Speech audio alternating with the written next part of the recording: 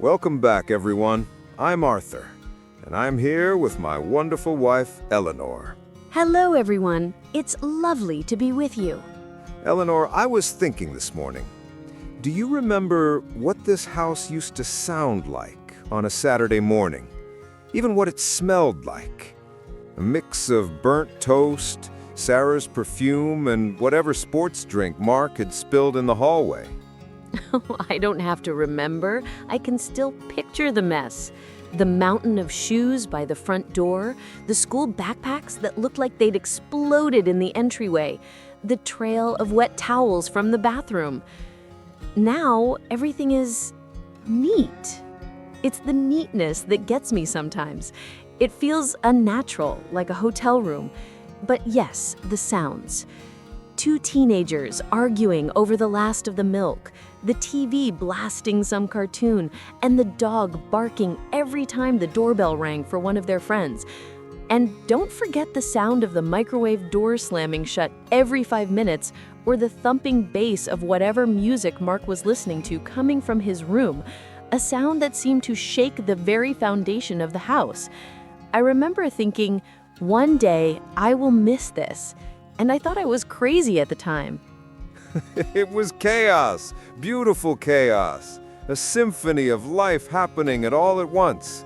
Every room had its own soundtrack. The kitchen had the clatter of pans and the radio, the living room had the video games, the backyard had the shouting and the bouncing basketball. Even the hallways weren't silent. They were runways for the dog chasing a sock. I remember the sheer volume. You couldn't have a quiet thought if you tried. And now, we can actually hear the birds singing outside. We can hear the grandfather clock ticking in the hallway. We can hear the hum of the refrigerator. Sounds I haven't noticed in 30 years. We can, and some days that's lovely, a real peace. And some days, it's just a little too quiet. It's a different kind of silence, you know? It feels heavy. You can feel what's missing. It's not that it's quiet, it's that they're not here. At least that's how it felt at first. It took me a while to realize silence could also be an invitation, but it took a while to get there. That's exactly what I want to talk about today. That transition from a full, noisy house to a quiet, empty nest. We want to share a bit of our story and explore how we, and maybe you, can navigate this profound and often surprising change. It's a chapter of life that no one really prepares you for. You spend 20, 30 years preparing them to leave, and 0 years preparing yourself for when they do. For me, the quiet hit hardest in the evenings. I was so used to hearing a key in the door around dinner time, hearing about their day. The absence of that was jarring. I'd find myself pausing, listening for footsteps on the stairs that weren't there. The house suddenly felt physically bigger, like the walls had moved farther apart. It felt like living in a museum of our own past. Each empty chair, each clean room was an exhibit of a life that had moved on. I remember walking past Mark's old room and the door was ajar. I could see his old band posters on the wall, a forgotten baseball trophy on the shelf. It was like a little museum of who he used to be. The other place I really felt it was the garage. For years, that was my weekend domain with the kids, fixing a bike tire, showing Mark how to change the oil in his first car, building that lopsided birdhouse with Sarah, the smell of sawdust and grease with the smell of fatherhood. After they left, I'd go out there and it was just tools hanging neatly on the wall. It was too tidy. It felt like a stage after the play has ended. It's the little routines, isn't it? The muscle memory of parenting. I kept buying the giant family pack of chicken breasts at the grocery store for a full month after our youngest, Sarah, moved out. My brain just hadn't caught up with our new reality. One night, I actually cooked the whole pack completely on autopilot. We had leftover chicken for a week. For weeks, I'd catch myself setting the table for 4 people before realizing it was such a small thing, but it felt like a fresh little heartbreak every time. I would look at the clock at 3:30 and think, Sarah will be home from school soon, before the reality washed over me. Or I'd wake up in the middle of the night and worry if Mark was home safely, before remembering he was a 30-year-old man with his own home. The most shocking thing for me was the laundry. The first time I did a load of laundry and it was just our clothes, the laundry basket was practically empty. I almost cried. For 30 years, that basket was a monster that could never be tamed, and now it was just quiet. I have to ask our listeners, have you ever found yourself on autopilot performing these little rituals for kids who aren't there anymore? It's a powerful muscle memory, and I think it speaks to the core of the challenge. Our roles had to change so dramatically. For years, my first thought in any decision was, how does this affect the kids? It was an automatic filter for everything, from what car we bought to where we went on vacation. And suddenly, that filter was gone. There's a freedom in that, but also a terrifying blankness. You're starting at a crossroads with no map, because the map was always drawn around them. You were the sun they orbited, and suddenly you're just a star floating in a much larger galaxy. My whole identity felt wrapped up in being a problem solver for them. The car won't start? Call Dad. Need help with a history paper? Ask Dad. Suddenly the phone stops ringing with those kinds of problems, and you feel redundant. And it's a strange mix of emotions, isn't it? A real paradox. On one hand, you are incredibly proud. You've raised these wonderful, independent adults. That was the goal. We succeeded. I remember watching Sarah walk across the stage at her college graduation. My heart was bursting with pride, but there was this little whisper in the back of my mind saying, that's it. That's the last big milestone. You're done. The part of you that was the day-to-day manager, nurse, chef, and counselor, that part of you feels, well, a bit unemployed. You suddenly have all these open hours in your week. What do I do with my Tuesdays now that there's no soccer practice? You go from constantly reacting to their needs, their schedules, to suddenly having to build your day from scratch. You have to actually invent what you're going to do. You lose that feeling of being indispensable, which for a parent is a core part of your identity. You go from being the first person they call for everything to maybe the third or fourth. And that stings, even when you know it's a good thing. Unemployed. That's a good word for it. It's like being laid off from the most important job you've ever had, and no one gives you a severance package. I felt adrift. We both did. I think our breaking point, or maybe our breakthrough point, was that first Thanksgiving after Sarah was gone. Her brother, Mark, was spending it with his wife's family. So it was just us. Oh, that was a tough one. I remember standing in the kitchen, looking at this enormous turkey, and almost bursting into tears. I had cooked that same size turkey for 30 years. It just felt wrong. We went through all the motions, the fancy tablecloth, the good china, the dozens of side dishes. We sat down at this long dining table, just the two of us at either end, and the silence at that big dining table was deafening.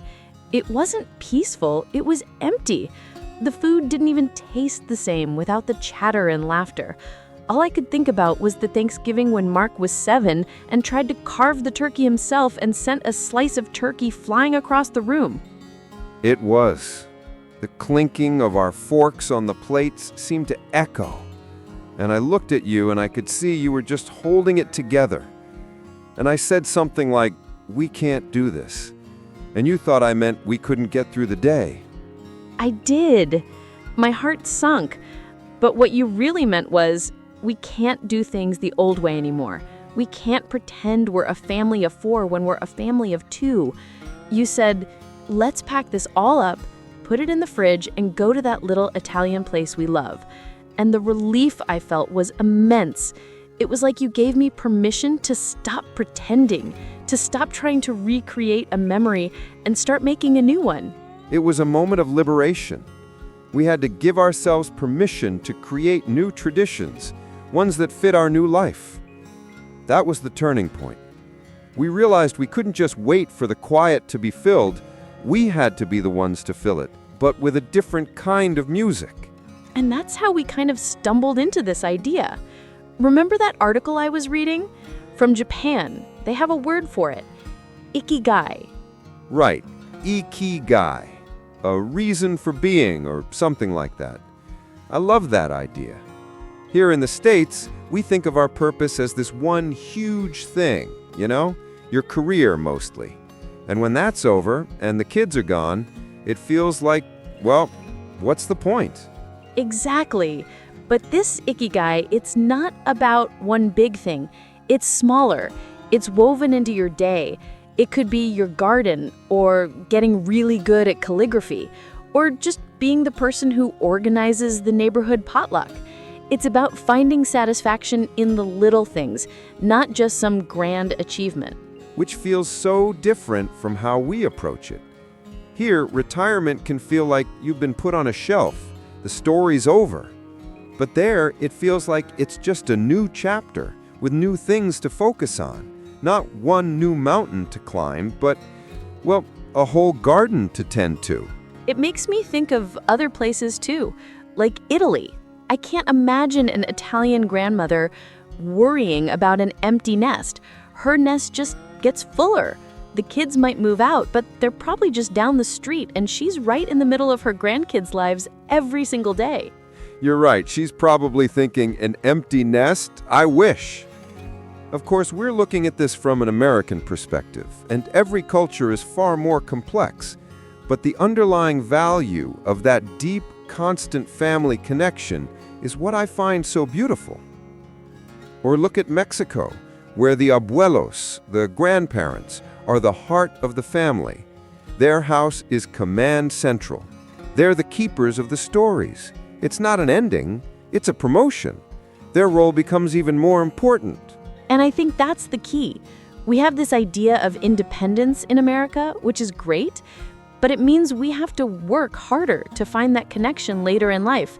We have to schedule calls and plan visits. It's not just built into the fabric of your day. So we had to find our own ikigai, I suppose. We had to rediscover what we liked, not just what the family needed. And it wasn't easy. Not at all. I tried a pottery class and ended up covered in clay and with nothing but a lopsided bowl to show for it. You tried to learn guitar and drove me crazy for a month. We even tried ballroom dancing. We were terrible. We spent the whole time stepping on each other's feet, but we laughed. That was the important part. We were creating new stories, even if they were stories of our own incompetence. Eventually, you got serious about your woodworking. I joined my book club. Small things, really, but they were ours.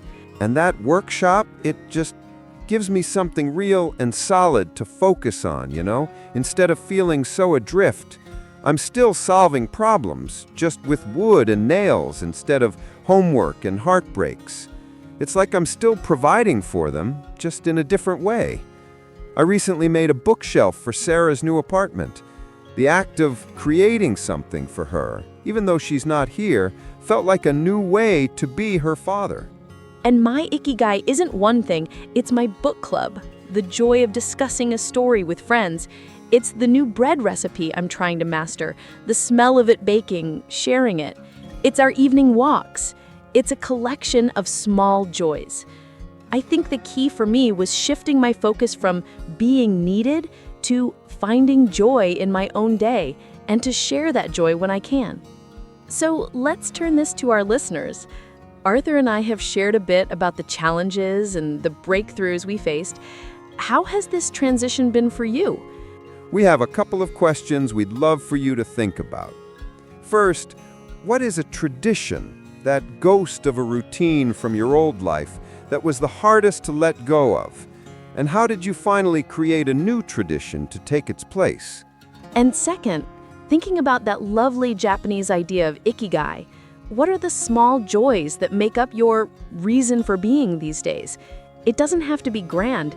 It could be your morning coffee, the purr of a cat on your lap, a phone call with a friend, or the satisfaction of a well-tended garden. And one more. Reflecting on what we discussed about different cultures, how do you see the American ideal of independence affecting this stage of life, compared to the more interconnected family models we see in places like Italy or Mexico? And if you could give one piece of advice to a friend whose last child is about to leave home, what would you tell them? What do you wish someone had told you? Please share your thoughts with us in the comments. We read every single one. When you share your story, you're not just writing a comment, you're helping to build a community of people who understand this journey, a place where we can all learn from each other. Your experience might be the exact thing someone else needs to read today to feel a little less alone. Your story matters here. It has value. Your wisdom is a gift. So the big takeaway today is that the empty nest isn't a final destination. It's a crossroads, a chance to mourn what was, but also to joyfully embrace what can be. It's about building a new present on the strong foundation of the past. It's about giving yourself the grace to feel sad and the courage to find new joys, however small. The house might be quieter, but your life doesn't have to be.